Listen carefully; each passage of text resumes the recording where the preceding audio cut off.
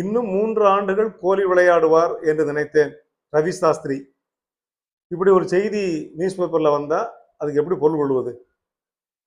இன்னொரு சொல்ற பாருங்க. இன்னும் 3 ஆண்டுகள் கோலி விளையாடுவார் என்று நினைத்தேன். ரவி சாஸ்திரி என்று வருகிறது.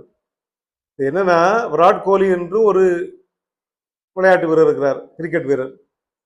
அவர் ஓய்வு பெறுகிறார் விளையாட்டில இருந்து என்று அறிவிச்சிட்டார்.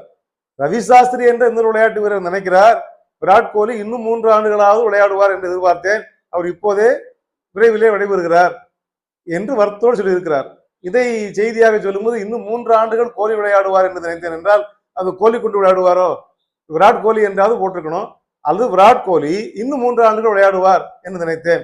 அது கோலி கமா இன்னும் 3 ஆண்டுகள் இப்படி எல்லாம் சொல்லாமல் இன்னும் 3 ஆண்டுகள் கோலி விளையாடுவார், பொம்மரம் விளையாடுவார் என்று சொல்வது போல கோலி விளையாடினார் பொம்பரமா என்பது போல் நமக்கு தோன்றுகிறது. இதெல்லாம் செய்திகளை நமக்கு திரித்து தருவது போல அந்த தலைப்பை உண்டாக்கி இருக்கிறார்கள் என்பதற்காக சொன்னேன்.